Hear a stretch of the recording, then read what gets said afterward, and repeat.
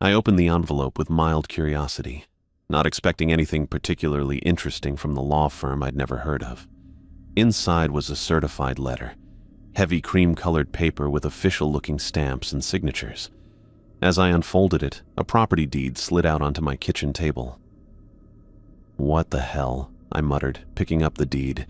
It was for a cabin in Alaska, apparently now mine, left to me by my great-uncle Garrett. I barely remembered the man. He'd been a distant figure at a couple of family gatherings when I was a kid, always standing off to the side with a wary look on his face. My mom had mentioned years ago that he'd moved to Alaska to get away from it all, which everyone in the family took as code for went a little nuts. I set the deed aside and read through the letter. Standard legal stuff about inheritance and property transfer, but stapled to the back was a handwritten note on lined paper.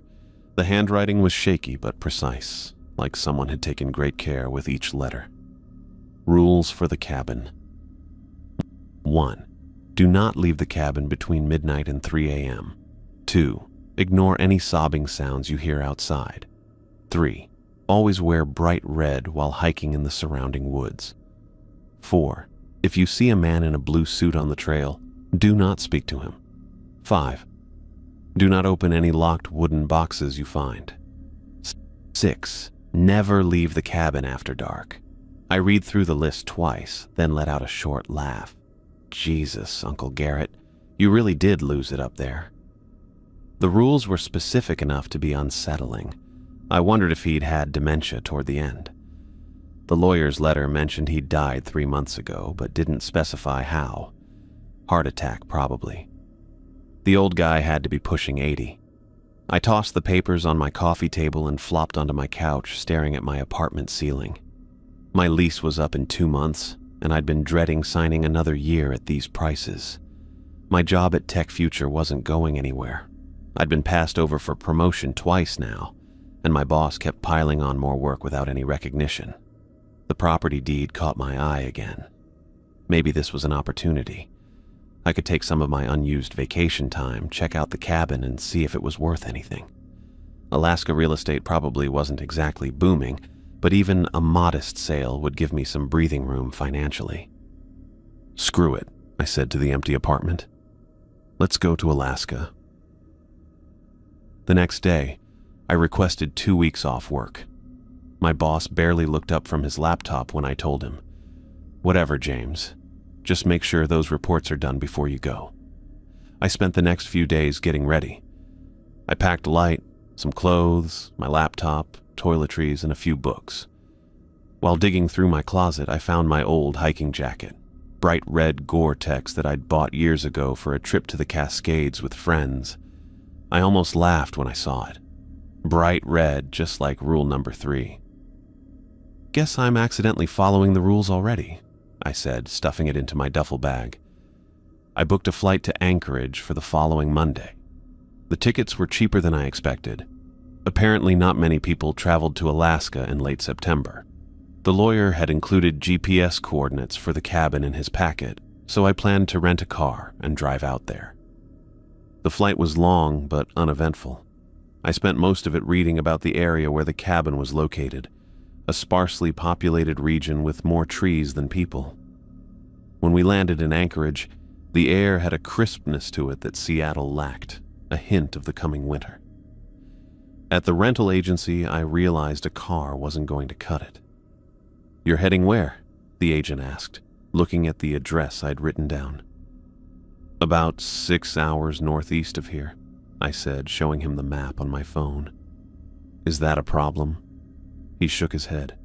"Not if you take one of our trucks. The roads get rough out there. No way a sedan's making it, especially this time of year." I ended up with a black Ford F-150 that cost more than I'd budgeted for, but I didn't have much choice. I loaded my bags into the back, programmed the GPS, and hit the road. The first few hours weren't bad. Decent highways, occasional gas stations, and small towns. But as I got farther from Anchorage, civilization thinned out. The road narrowed, then turned to gravel. The trees grew thicker on either side, towering pines that blocked out most of the sunlight. My phone lost service about 4 hours in. The GPS kept working, thankfully, but I couldn't help feeling increasingly isolated. Every mile took me farther from the world I knew. The last hour was the worst. The road was barely more than a trail, rutted and rough. The truck bounced and jolted over every bump, and twice I had to stop to move fallen branches out of the way. The sun was getting low, casting long shadows through the trees. Just when I was starting to think I'd made a huge mistake, the trees opened up. I drove into a small clearing, and there it was, the cabin. It was bigger than I'd expected, a solid-looking structure built of dark logs with a steep roof. A covered porch wrapped around the front with a couple of wooden chairs facing the clearing. There was no sign of any neighbors, no other cabins or houses visible in any direction, just endless forest pressing in from all sides. I parked the truck and got out, stretching my back after the long drive. The silence hit me immediately. No traffic noise, no people, not even many birds. Just the soft whisper of wind through the pines and the occasional creak of the cabin settling. Standing there, looking at this isolated cabin that was now mine, I felt a strange mix of excitement and unease. The place matched Garrett's letter perfectly. Remote, surrounded by dense forest, completely cut off from the rest of the world. I grabbed my bags from the truck and walked up to the front door. A heavy iron key had been included with the deed, old-fashioned and weighty in my palm. It turned smoothly in the lock, and the door swung open with a low creak. I stepped inside, into the dim interior of my inheritance, wondering what exactly I'd gotten myself into. I took my time exploring the cabin, surprised by how well-maintained everything was. The main room had a comfortable-looking couch and armchair arranged around a sturdy wood stove, with a small kitchen area tucked into one corner. Bookshelves lined the walls, packed with old volumes whose spines showed the wear of frequent handling. "Not bad, Uncle Garrett," I said to the empty room, running my fingers along the wooden table that dominated the center space. The surface was smooth, recently polished from the feel of it. I'd expected something much more rustic, maybe even run down, but this place looked lived in and cared for. I checked the kitchen cupboards and found them stocked with canned goods and basic supplies. The water from the tap ran clear after a few seconds of sputtering. In the bathroom, I discovered a shower stall with decent pressure. Another pleasant surprise. This was starting to feel less like a wilderness outpost and more like a legitimate home. After checking the living areas, I headed outside to find the generator. It took a few minutes of searching, but I located it in a small shed behind the cabin. The unit looked relatively new, not the ancient contraption I'd imagined. I studied the controls, found the startup procedure outlined on a laminated card tacked to the wall, and followed the instructions step by step. The generator coughed, sputtered, then roared to life. I smiled as I headed back to the cabin, flipping a light switch just inside the door. The overhead light came on immediately, casting a warm glow across the wooden floors. Electricity. Definitely not roughing it, I muttered, feeling a strange mix of relief and disappointment. Part of me had been preparing for a real wilderness adventure, but I couldn't deny the comfort of modern conveniences. With the basics sorted, I decided to check out the bedroom. The door creaked slightly as I pushed it open, revealing a simple space with a double bed covered in a thick quilt, a dresser, and a nightstand. The room smelled faintly of cedar and something else, maybe pine soap or cologne. My eyes landed on a small wooden box sitting on the nightstand. It was about the size of a cigar box, made of dark wood with intricate carvings along the edges and a brass lock on the front. I stepped closer, hand automatically reaching out before I remembered the fifth rule. Do not open locked wooden boxes. I pulled my hand back quickly, feeling oddly foolish. The box just sat there, innocent-looking and ordinary, but something about it made me uneasy. Maybe just because it had been specifically mentioned in the rules. I turned away from it and focused instead on unpacking my clothes into the dresser drawers. As evening approached, I settled into the armchair by the wood stove with one of the books I'd pulled from Garrett's shelves, a worn copy of Jack London's The Call of the Wild. It seemed fitting for my first night in Alaska. The pages were dog-eared, with notes in the margins in what I assumed was my great-uncle's handwriting. I read for a couple of hours, occasionally glancing at my watch. As midnight drew closer, I found myself growing tense, eyes darting to the windows and door more frequently. The first rule echoed in my head. Do not leave cabin between midnight 3 a.m. This is ridiculous, I told myself, but I couldn't shake the growing unease. I checked that the doors and windows were locked, then settled back into the chair, book open but no longer reading. Midnight came and went. I listened intently but heard nothing unusual, just the wind moving through the trees outside and the occasional creak of the cabin settling. No sobbing sounds, no strange visitors, just normal night noises in a remote location. Around 1 in the morning, I finally gave up my vigil and went to bed, careful to keep my eyes averted from the wooden box on the nightstand. Despite my nervousness, exhaustion from the long day of travel took over and I fell into a deep sleep. I woke the next morning to sunlight streaming through the bedroom window. For a moment I forgot where I was. Then the unfamiliar ceiling and the smell of wood brought it all back. The cabin, Alaska. My great-uncle's strange rules. After a quick breakfast of instant coffee and a granola bar from my supplies, I decided to explore the surrounding forest. The day was clear and cool, perfect hiking weather. I grabbed my bright red Gore-Tex jacket from where I'd hung it by the door. I hesitated before putting it on, feeling silly about following a rule that seemed so arbitrary. But something about being alone in this remote place made me cautious. Better safe than sorry, I thought as I zipped up the jacket, its bright color almost glowing in the morning light. The forest around the cabin was dense with tall pines and spruce trees. As I stepped onto one of the narrow trails leading away from the clearing, I was struck by how quiet everything was. No bird song, no rustling of small animals in the underbrush, just a heavy, waiting silence that made the hair on the back of my neck stand up. I pushed forward anyway, telling myself it was just my imagination working overtime after reading those rules. The trail wound through the trees, occasionally opening into small clearings before plunging back into the shadows. I took mental notes of landmarks to help find my way back. A lightning-struck tree, an unusual rock formation, a small stream crossing. After hiking for about 2 hours, I rounded a bend in the trail and stopped short. A man stood about 20 yards ahead, facing my direction. He wore a dark blue suit that looked completely out of place in the wilderness. No hiking boots, no backpack, just formal business attire as if he'd stepped out of an office building rather than the Alaskan forest. He smiled when he saw me, a wide grin that didn't reach his eyes, and took a step in my direction. His mouth opened as if to speak, and I suddenly remembered the 4th rule. Do not speak to man in blue suit on trail. My heart hammered in my chest as I quickly looked away, avoiding eye contact. Without thinking, I stepped off the path into the trees, making it clear I wasn't going to engage. The stranger stopped moving.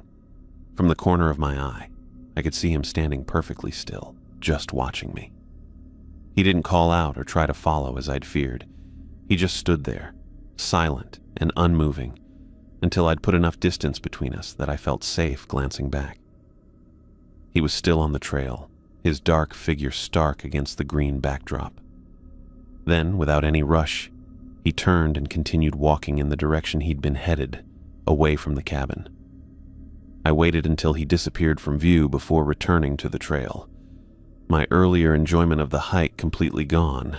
As I hurried back toward the cabin, I couldn't shake the feeling of being watched. The sensation crawled up my spine and settled between my shoulder blades, a persistent awareness that something was following me, tracking my movements through the trees. I kept looking over my shoulder but saw nothing. Still, the unsettling feeling stayed with me for the entire walk back, like a shadow I couldn't shake. The forest, which had merely seemed quiet before, now felt actively hostile, as if the trees themselves were observers reporting my movements to some unseen presence. By the time the cabin came into view, I was walking so fast I was nearly jogging. I didn't slow down until I reached the front porch, my breathing heavy, not just from exertion, but from a deep, instinctual fear I couldn't fully explain. I sat at the wooden table, laptop open, the glow of the screen illuminating my face in the dim cabin. I'd been searching for hours about the property, trying to find any information about Garrett's time here or local legends that might explain his weird rules. Nothing came up. Not a single mention of the area having any strange history or my uncle's connection to it. Just property records showing he'd bought it 15 years ago from a private seller. "This is useless," I muttered, closing yet another dead-end search page. The battery icon on my laptop blinked red, reminding me I'd been at this for too long. Outside, the darkness had completely taken over. Through the window, I could see absolutely nothing beyond the glass, just black emptiness where I knew the forest stood. I shut my laptop and stretched, my back stiff from hunching over the screen. The silence hit me again, that complete absence of sound that felt almost physical. No distant traffic, no hum of neighbors' TVs, no random city noises, just the occasional creak of the cabin settling. I got up and made my rounds, checking each window latch and testing the front door's lock twice. The wooden floor creaked under my feet as I moved through the cabin. I paused at the bedroom doorway, my eyes landing on that wooden box still sitting on the nightstand. Something about it made me uneasy, like it was watching me. "Not tonight," I said to no one, turning away from it. I brushed my teeth, changed into a t-shirt and sweatpants, and climbed into bed. The quilt was surprisingly comfortable, though the mattress sagged slightly in the middle. I set my phone on the nightstand, noting it still had no service, but at least showed the time. 11:43 p.m. Sleep came easier than I expected. The day's hike had worn me out, and despite the strange encounter with the man in the blue suit, my body demanded rest. I woke suddenly, unsure what had pulled me from sleep. The bedroom was pitch black. I fumbled for my phone, squinting at the bright screen. 1:30 in the morning. That's when I heard it. A soft, almost hesitant knocking at the front door. I sat up, instantly alert. The sound came again, 3 gentle taps as if someone was trying not to be too loud. I held my breath, listening. Maybe I'd imagined it. Maybe it was just a branch hitting the cabin.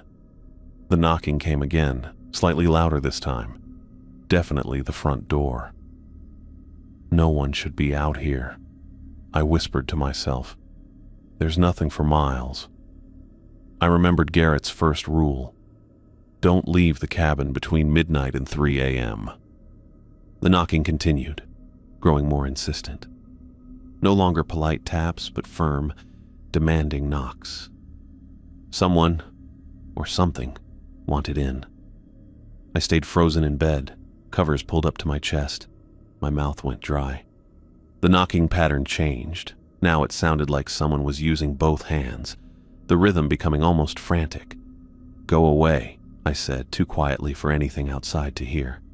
The pounding continued, sometimes pausing for 30 seconds before starting again with renewed vigor. I checked my phone again. 2:25. Nearly an hour had passed with this terrible knocking. I considered grabbing something to defend myself, but that would mean leaving the bedroom, getting closer to whatever was at the door. Instead, I stayed put, counting the minutes, hoping 3 a.m. would come quickly. The knocking suddenly stopped. The silence felt almost as bad. At least with the knocking, I knew where the threat was. Then I heard it, a soft, hiccuping sob, a child's cry. A young girl's voice, trembling and broken with tears, came from somewhere near the front porch. "Hello?" the voice called between sobs. "Please, I'm lost. Can anyone help me?" My chest tightened. A lost child in these woods at night? The crying moved, now coming from the side of the cabin near the kitchen window. "Please," The girl's voice begged. "I'm scared. It's so dark out here." I nearly got up then. Every instinct told me to help. But Garrett's second rule flashed in my mind. Ignore sobbing sounds outside. The crying circled to the back of the cabin, then to the other side, making a complete loop around the building. It paused outside my bedroom window. "I can see your light," the child's voice said, though I hadn't turned on any lights. "Please help me." My hands gripped the sheets so tightly my knuckles turned white. Something was very wrong about this. No child would be out here alone, miles from any other home, at nearly 3 in the morning. The sobbing grew louder, more desperate right outside my window. I opened my mouth and began to recite, my voice shaking badly. "The Lord is my shepherd, I shall not want. He makes me lie down in green pastures." The crying cut off immediately. The silence that followed was absolute. "He leads me beside still waters. He restores my soul," I continued, my voice gaining strength. Nothing outside made a sound. "He guides me in paths of righteousness for his name's sake. Even though I walk through the valley of the shadow of death, I will fear no evil, for you are with me." I kept going until I'd finished the psalm. By then, my phone showed 2:58. I stayed awake until after 3, but nothing more happened. Eventually, exhaustion pulled me back to sleep. Morning sunlight streamed through the bedroom window when I woke. Birds chirped outside, the first normal wildlife sounds I'd heard since arriving. I lay in bed for a long time, trying to convince myself I'd dreamed the whole thing. After a quick breakfast of instant oatmeal, I decided to search the cabin more thoroughly. There had to be something here that would explain what was happening. I started in the main room, checking behind books on the shelves, looking under furniture, tapping walls for hollow spaces. The kitchen cabinets yielded nothing unusual, just more canned goods and basic supplies. In the bedroom, I emptied each dresser drawer, checking under and behind them. The third drawer stuck slightly. When I pulled harder, I noticed a folder taped to the bottom of the drawer above it. I carefully peeled off the tape and opened the folder. Inside was a leather-bound journal, the cover worn and the pages yellowed with age. Garrett's name was written on the first page in faded blue ink. I sat on the bed and began reading. The earliest entries were mundane. Notes about building repairs, weather observations, wildlife sightings. Then, about 5 years in, the tone changed. "Saw the man in the blue suit again today," one entry read. "He was standing at the edge of the clearing when I returned from checking my traps. He smiled and raised his hand like he wanted to speak to me, but I remembered what old Jim told me when I first moved here. Never speak to him. I hurried inside and locked the door. He stood there for hours, just watching the cabin." I flipped forward several pages. "The Petersons' cabin is empty. They've been gone 3 days now. Tom Peterson told me last week he heard crying outside their place and went to investigate. His wife said he opened the door and spoke to something, then walked into the woods. She followed him to the edge of their clearing, calling his name, but he never looked back. She came to my place the next morning, frantic. We searched all day but found nothing. Now she's gone too. Their door was standing wide open this morning like they'd just stepped out." My hands trembled as I turned more pages. Garrett had documented everything: the knocking, the crying, the blue suit man, and neighbors who vanished after breaking the rules. Near the end of the journal, the writing became more urgent, the pen pressing harder into the paper. "Whatever's in these woods is getting stronger. I can feel it watching me even in daylight now. The box contains the only proof I have. The photos I took that show them. They don't appear to normal sight, but the camera catches glimpses. I've locked it away. The box must never be opened here. If it's opened in these woods, they'll know someone can see them. They'll know they've been exposed." The final entry was dated just 3 months ago, shortly before Garrett's death. My heart isn't good. If I don't make it, the cabin goes to James. I've left the rules. I hope he follows them. I hope he never opens the box. What's in the forest is ancient and patient. It knows my time is ending. Last night the knocking was the worst it's ever been. The crying circled the cabin for hours. I said the psalm until my voice gave out. It's getting stronger. God help whoever comes next. I closed the journal, my hands shaking. The wooden box on the nightstand seemed to draw my attention, almost calling to me. What proof did Garrett have inside it? What had he seen in these woods that no one else could? I looked out the bedroom window at the sunny forest beyond. It looked so normal, so peaceful in the daylight. But now I knew what came with darkness, and the thought of spending another night here made my skin crawl. I woke to knocking. It started as a light tapping that might have been branches against the cabin walls, but quickly became more deliberate. 3 sharp raps, a pause, then 3 more.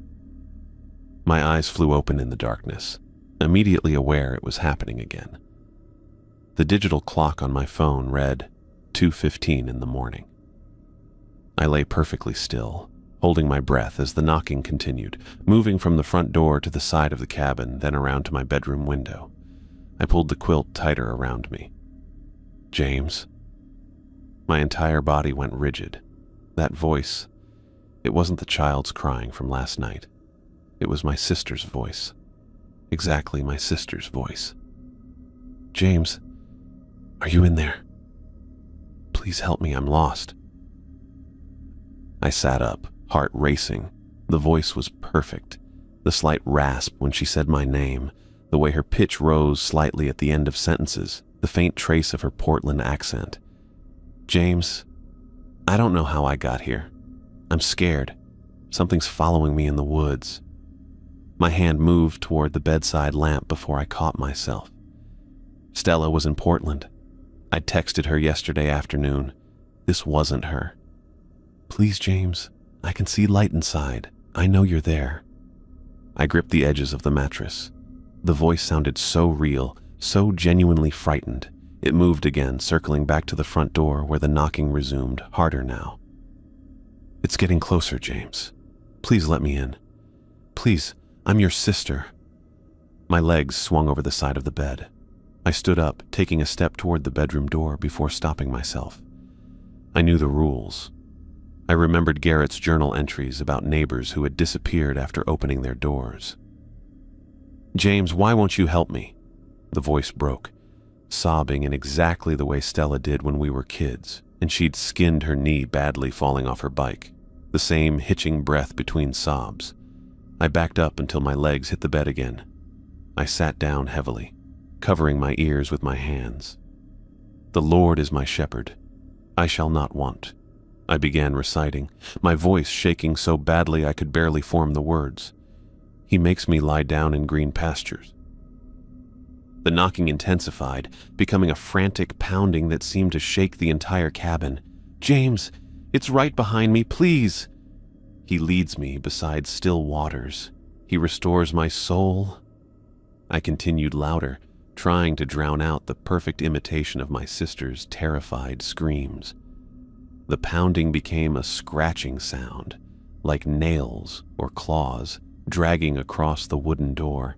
I kept reciting, eyes squeezed shut, hands pressed against my ears, rocking slightly on the bed. The psalm tumbled from my lips over and over as the scratching continued, punctuated by what sounded like Stella crying. I don't know how long I sat there repeating those words.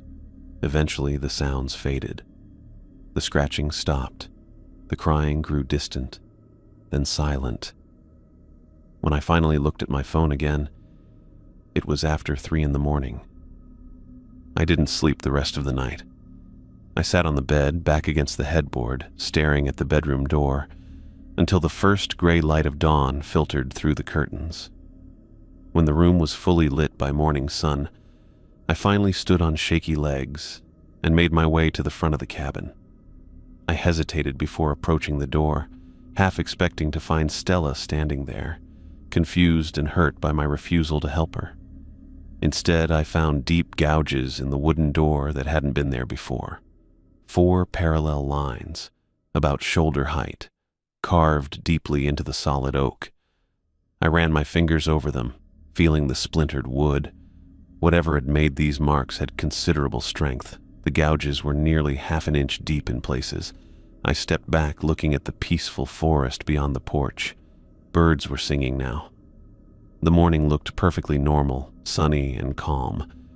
But those marks were real. Physical evidence that something had been here. Something that could perfectly mimic my sister's voice down to the smallest detail.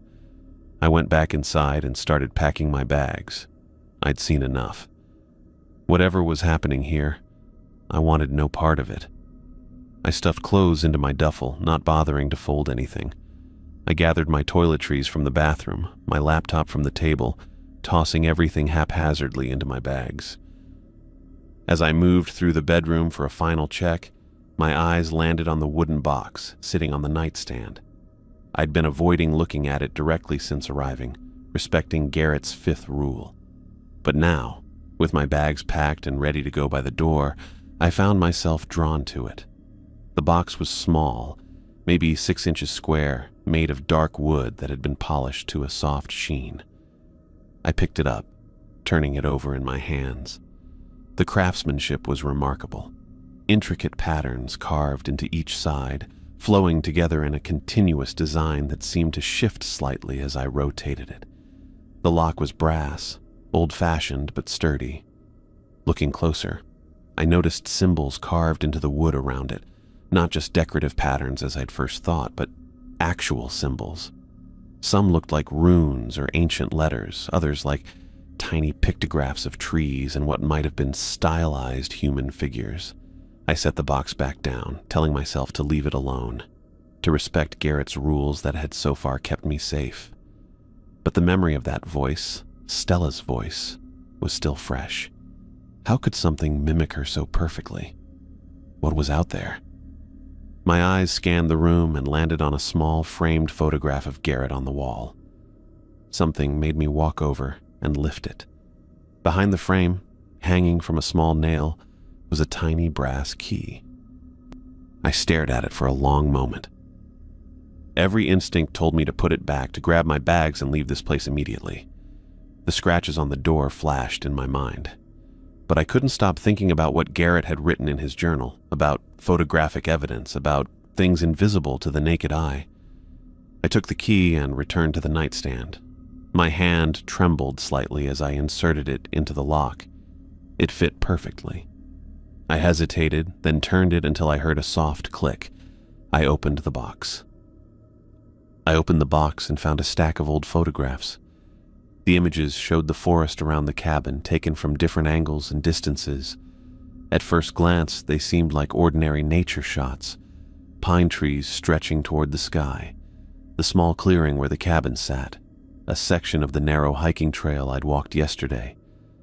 But as I looked closer at each one, my stomach tightened. There were shapes in the trees, dark forms that didn't belong. In the first photo, what I initially took for a shadow between 2 pines wasn't a shadow at all. It was a tall, thin silhouette with proportions that weren't quite right. Arms too long, neck too stretched. I might have missed it entirely if not for the unnatural stillness it seemed to project even in a static image. I flipped to the next photograph. This one captured a wider view of the forest from what looked like the cabin porch. 3 dark shapes stood at different points among the trees, partially hidden behind trunks but clearly watching the cabin. They were blurry, as if the camera couldn't quite focus on them despite the rest of the image being sharp. "Jesus," I whispered, my fingers trembling slightly as I moved to the next photo.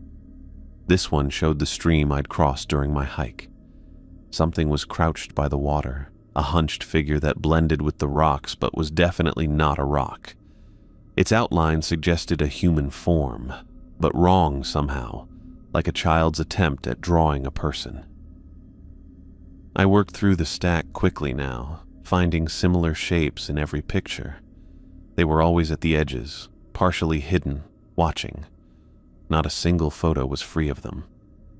What made it worse was knowing I'd stood in many of these exact spots yesterday, completely unaware. The final photograph hit me hardest.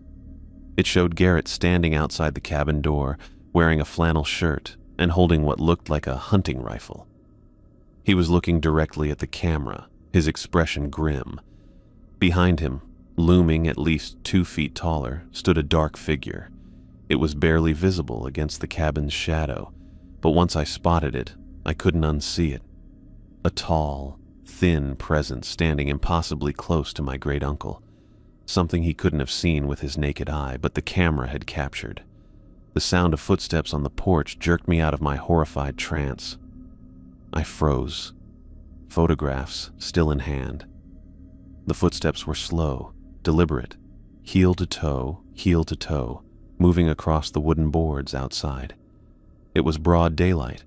The morning sun streamed through the windows, casting warm rectangles on the cabin floor. According to Garrett's journal, the strange happenings only occurred at night. But the footsteps continued, unmistakable. I moved to the front window, staying to the side of the frame. Through the glass, I saw him, the man in the blue suit from the trail. He was walking directly toward the front door, his movements smooth and precise.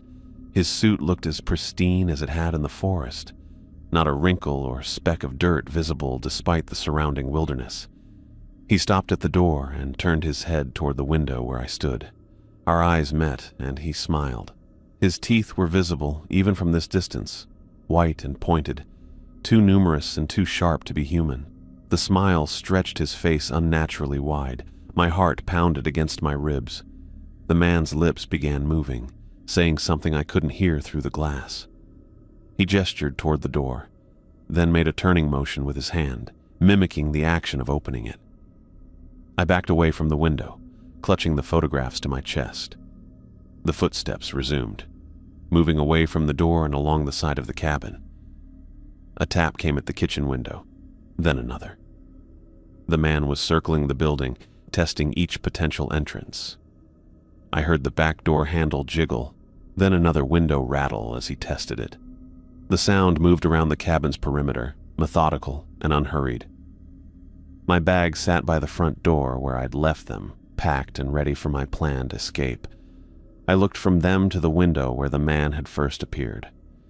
He would complete his circle soon. I needed to move. I stuffed the photographs into my jacket pocket and grabbed my duffel bag and laptop case. The tapping and testing of windows continued around the far side of the cabin. I calculated quickly. If I went out the back window in the bedroom, I might have just enough time to make it to the truck before he completed his circuit. The bedroom window was small, but big enough for me to fit through. I set my bags on the bed and unlatched the window, pushing it open as quietly as possible. The fresh morning air rushed in, carrying the scent of pine. I heard the man's footsteps approaching the bedroom side of the cabin now. I had seconds at most. I pushed my duffel through the window first, letting it drop to the ground outside. My laptop case followed. Then I hoisted myself onto the windowsill, legs first, squeezing through the narrow opening. As I pulled my upper body through, I heard the bedroom door open behind me. I didn't look back. I tumbled out the window, landing awkwardly beside my bags on the soft ground. I grabbed both bags, one in each hand, and ran toward the tree line where my truck was parked, not daring to look back at the cabin or the man who was now surely watching me flee. I ran into the forest without my red jacket, clutching the photographs while branches tore at my clothes. The forest seemed to close in around me, pine needles slashing at my face as I crashed through underbrush. Every step took me deeper into the woods, away from the cabin and whatever had entered through my bedroom door. "James," the voice called from behind me, echoing through the trees. It started as the pleasant professional tone of the man in the blue suit, but with each repetition it distorted. "James." Now it stretched and warped, no longer sounding human at all, more like several voices layered together, some too deep and others impossibly high. I didn't look back. My fingers cramped around the stack of photographs as I stumbled over exposed roots and rocks. My breath came in ragged gasps, burning my throat. The laptop bag banged against my side while my duffel strap dug into my shoulder, both weighing me down as I tried to remember which direction I'd parked the truck. "This way is faster, James," the voice called, now coming from somewhere to my left. I jerked right, pushing through a thicket of bushes that scratched my arms. The forest wasn't making sense. I'd hiked these woods just yesterday. There should be a clear trail leading back to the clearing where I'd parked. Instead, every direction looked the same, endless trees stretching into shadow. The path I followed narrowed, then widened, then disappeared completely. I turned around, trying to retrace my steps, but the way I'd come looked nothing like I remembered. The forest was shifting around me, playing tricks. A path would appear between two trees that seemed promising, but when I rushed toward it, it vanished or led to a dead end of dense undergrowth. "You're going the wrong way," the voice said, closer now, almost conversational. It sounded like it was walking calmly while I crashed through the forest in panic. I tried to use the sun for direction, but the thick canopy blocked most of the light. My heart hammered against my ribs. I was lost. The realization hit me like a physical blow, making me stop and double over, hands on my knees as I tried to catch my breath. That's when I saw it. A splash of bright color among the browns and greens of the forest. My red Gore-Tex jacket hung from a tree branch about 20 yards ahead, the fabric almost glowing against the dark bark. I straightened up slowly, staring at it. I hadn't left my jacket there. I hadn't left it anywhere in the forest. It had been in the cabin, draped over a kitchen chair where I'd placed it after yesterday's hike. "Take it," the voice whispered, now somehow all around me. "You'll need it." That made me hesitate even more. Why would the thing chasing me want me to have the jacket? Unless it wasn't the thing that had placed it there. I approached cautiously, expecting the jacket to disappear like the phantom paths, but it remained solid and real. When I touched the sleeve, the material felt exactly like my jacket. Waterproof Gore-Tex, slightly worn at the cuffs. I grabbed it and checked the inside collar where I'd written my name in permanent marker years ago. There it was. James Finley, in my own handwriting. I looked around, searching for whoever might have hung it there, but saw only trees and shadows. With the photograph still clutched in one hand, I awkwardly pulled the jacket on, struggling to manage both bags while slipping my arms through the sleeves. As soon as the jacket settled on my shoulders, something changed. The forest seemed to stop shifting. The paths no longer appeared and disappeared. Instead, I could make out a clear route through the trees ahead of me, leading in what I was suddenly certain was the right direction. The red seemed to push back against the shadows, creating a small bubble of clarity around me. I remembered Garrett's rule: always wear bright red while hiking in the surrounding woods. With renewed determination, I adjusted my bags and moved forward along the newly visible path. The voice behind me grew more distorted and angry, no longer trying to sound human or friendly. "Take it off," it growled, the sound seeming to come from the trees themselves. I kept walking, faster now that I could see where I was going. The forest still felt wrong, too quiet, with occasional whispers that might have been wind through leaves or something else entirely. But at least I wasn't lost anymore. After what felt like hours but was probably only 15 minutes, the trees began to thin. Relief flooded through me as I spotted the clearing ahead and, more importantly, the black Ford F-150 parked at its edge, exactly where I'd left it. The sun hung low in the sky, painting the clearing with golden light that was rapidly fading. Sunset. I'd spent the entire day in the cabin, and now daylight was running out. Exactly when Garrett had warned never to be outside. I broke into a run, crossing the clearing with my bags bouncing awkwardly against me. When I reached the truck, I fumbled with my pocket, nearly dropping the photographs as I pulled out the keys. My hands shook so badly I had to use both to steady the key enough to slide it into the door lock. Once inside, I threw my bags onto the passenger seat and jammed the key into the ignition. The engine roared to life, and I nearly cried with relief at the sound. I reached for the gear shift, then froze, my eyes caught by the rearview mirror. The man in the blue suit stood at the edge of the clearing where the forest began. He wasn't running or pursuing me anymore, just standing perfectly still, watching. His suit remained immaculate, without a single wrinkle or speck of dirt, despite having apparently chased me through the woods. As I stared, he slowly raised one hand. The gesture might have been a wave goodbye, but something about the deliberate way he held his arm made it feel more like a warning or a promise. I didn't wait to find out which. I shoved the truck into drive and pressed the accelerator to the floor. The tires spun in the dirt before catching, and the truck lurched forward onto the rough trail that led away from the cabin, away from the forest, and away from whatever was wearing a blue suit and a human face that wasn't quite right. I returned to Seattle and immediately began researching the photographs I'd taken from Garrett's cabin. My apartment felt too small, the walls closing in as I spread the disturbing images across my kitchen table. Each picture showed those dark figures lurking at the edges of the frame, watching, waiting. I needed to know if anyone else had encountered them.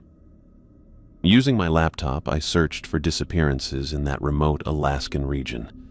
The first few results seemed unrelated. Hikers lost in national parks, a few hunting accidents. But when I refined my search to include the specific area around Garrett's property, a pattern emerged that made my stomach drop. Over the past 50 years, at least 7 people had vanished without explanation. The newspaper archives showed brief mentions, most treated as wilderness mishaps.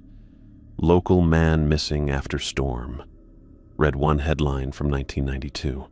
Another from 2004 simply stated, "Search called off for missing woman." I dug deeper, finding scanned police reports through public records requests. The details were eerily similar. In each case, neighbors or family members had reported the person missing only after days or weeks without contact.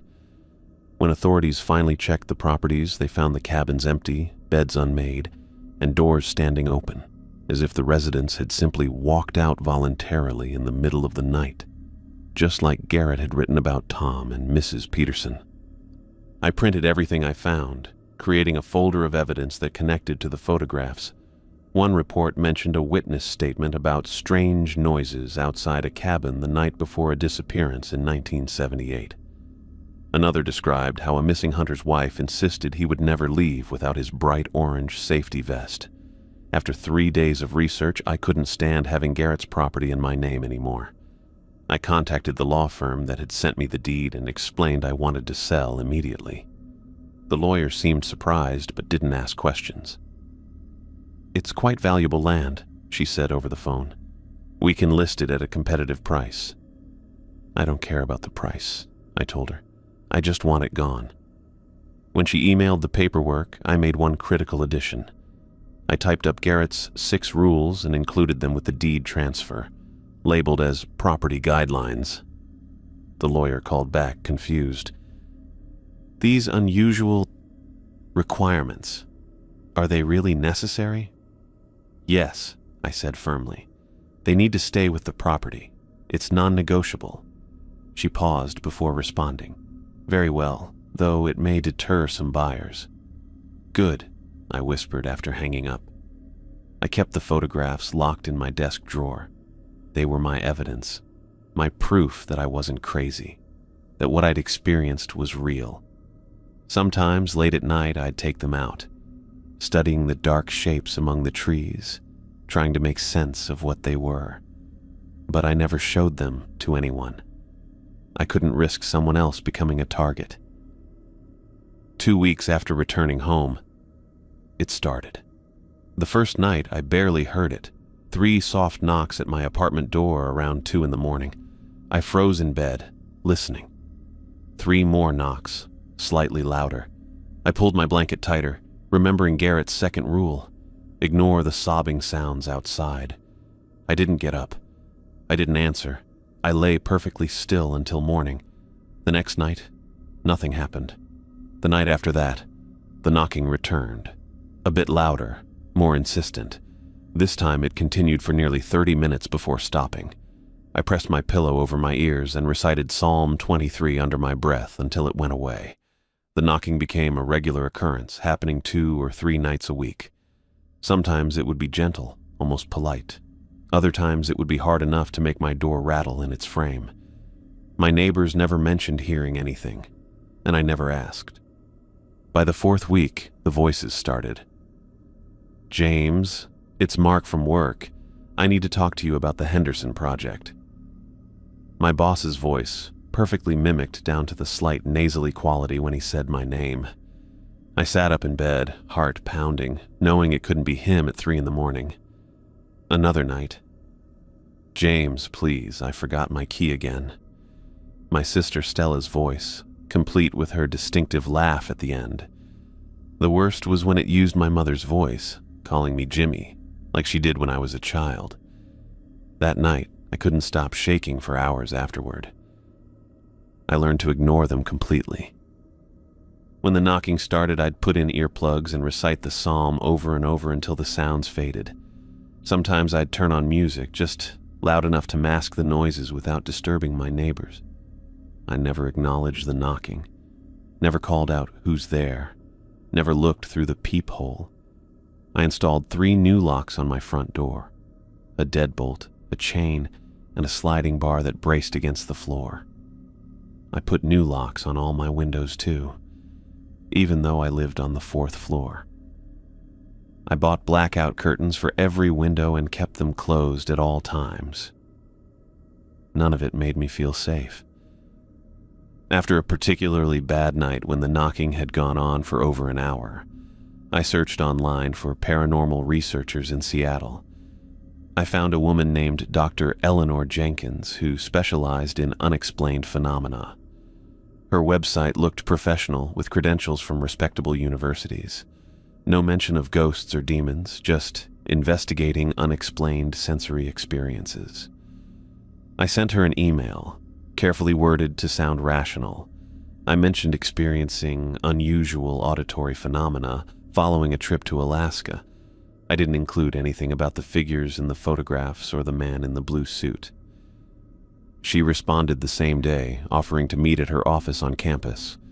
We scheduled an appointment for the following Thursday at 2 in the afternoon.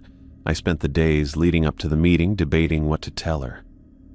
Should I bring the photographs?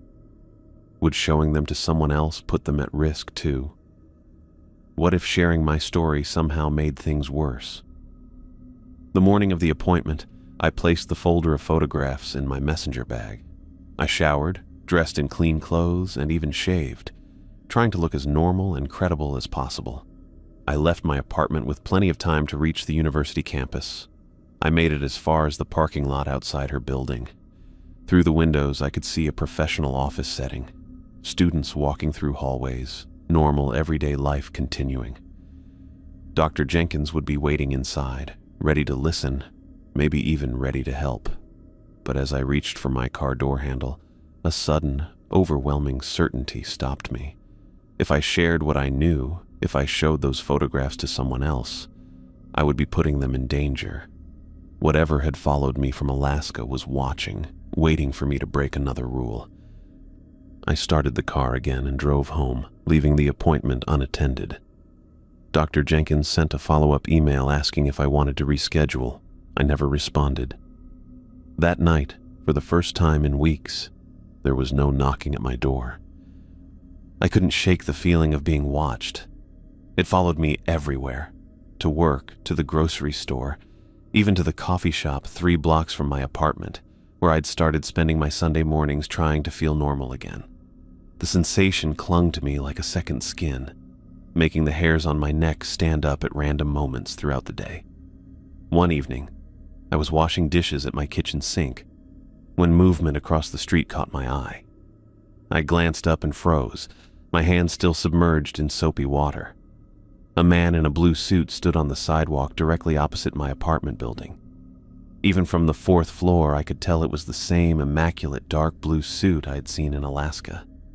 He stood perfectly still, his face tilted up toward my specific window. I backed away from the sink, water dripping from my hands onto the linoleum floor. For 20 minutes, I peeked through the edge of my kitchen curtain, watching him. He never moved, not to check a phone, not to shift his weight, not even when a group of college students walked past him on the sidewalk. They didn't seem to notice him at all, walking around him as if he were a lamppost or mailbox. After an hour, I checked again. He remained in the exact same position, still staring up at my window. The streetlights had come on, casting him in an orange glow that somehow made him look even less human. Another hour passed, and another. He stayed until well past midnight, a statue in a blue suit. I closed all the blinds in my apartment and turned off every light, sitting in darkness on my bedroom floor with my back against the wall. Sleep was impossible. When morning came, I crawled to the window and peered through a tiny gap in the blinds. The sidewalk was empty. After that night, I began avoiding windows after dark. I kept my blinds permanently closed, only opening them during daylight hours when absolutely necessary. I took the stairs instead of the elevator in my building to avoid the glass-walled lobby. At work, I requested to move my desk away from the floor-to-ceiling windows that had once been my favorite feature of the office. My coworkers thought I'd developed a sudden sensitivity to light. I didn't correct them. 3 weeks after the blue suit sighting, I received an email that made my blood run cold. The subject line read, "About the Alaska property." The sender's name was unfamiliar, Daniel Mercer. I almost deleted it, assuming it was spam, but something made me open it. "Mr. Finley," it read, "I recently purchased your great-uncle's property in Alaska and have been staying here for the past week. I wanted to ask about the voices. They started on the second night. At first I thought it was just the wind, but they sound so real. They sound like my daughter. The rules you included with the property mention wearing red while hiking. Does that really help? What about the knocking? It kept me up until 3 a.m. last night. Any advice would be greatly appreciated." I stared at the screen, my finger hovering over the reply button. What could I possibly say? "Sorry, but ancient entities are trying to lure you outside at night. The red jacket creates some kind of protection bubble in the forest." I knew how it would sound. More importantly, I knew responding might make things worse, for him and for me. I closed the email without replying and tried to push Daniel Mercer from my mind. I hoped he would figure it out like I had, or better yet, leave before things escalated. The guilt of not warning him more explicitly gnawed at me, but I reminded myself that I had included all 6 rules with the property transfer. I'd done what I could without putting myself at further risk. 2 days later, a package arrived at my door. No delivery notification, no tracking number. Just a plain brown box sitting on my welcome mat when I returned from work. It had no return address, only my name and address printed in block letters on a white label. The handwriting looked vaguely familiar, but I couldn't place it. I brought the package inside and set it on my kitchen table, eyeing it warily.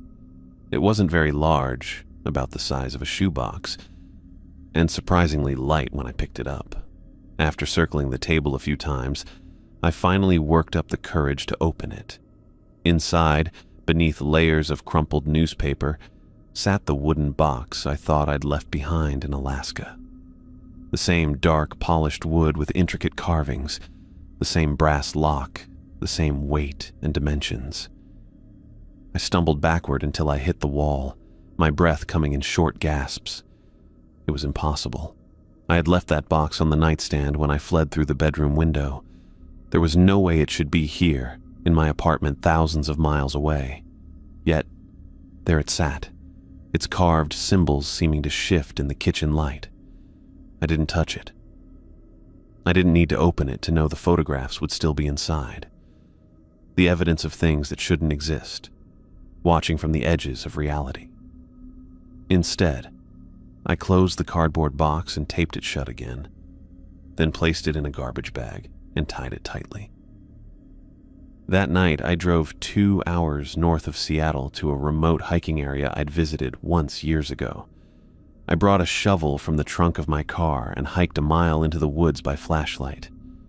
When I found a suitable spot far from the trail, I dug a hole 3 feet deep, placed the bag containing the box inside, and filled it in. I scattered leaves and branches over the disturbed earth until it looked undisturbed. On the drive home, somewhere around 1 in the morning on a deserted stretch of highway, I noticed something in my rearview mirror. At first, I thought it was just another car's headlights in the distance, but the light didn't behave right. It moved too erratically, sometimes disappearing completely before reappearing closer. I pressed harder on the accelerator, pushing my car well above the speed limit. The shape in my mirror grew more distinct, a dark silhouette that seemed to flow rather than drive along the road behind me.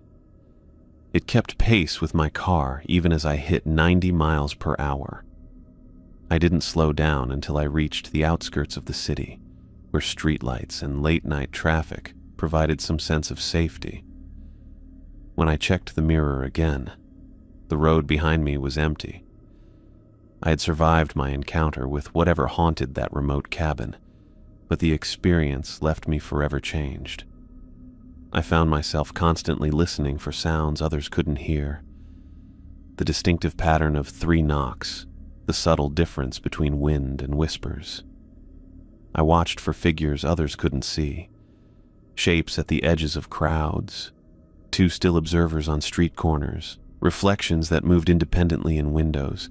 My life became defined by a constant state of vigilance against threats only I could perceive. I kept my red hiking jacket hanging by the door at all times. I never stayed out after dark if I could help it. I recited Psalm 23 so often that the words became a reflexive mantra whenever I felt uneasy.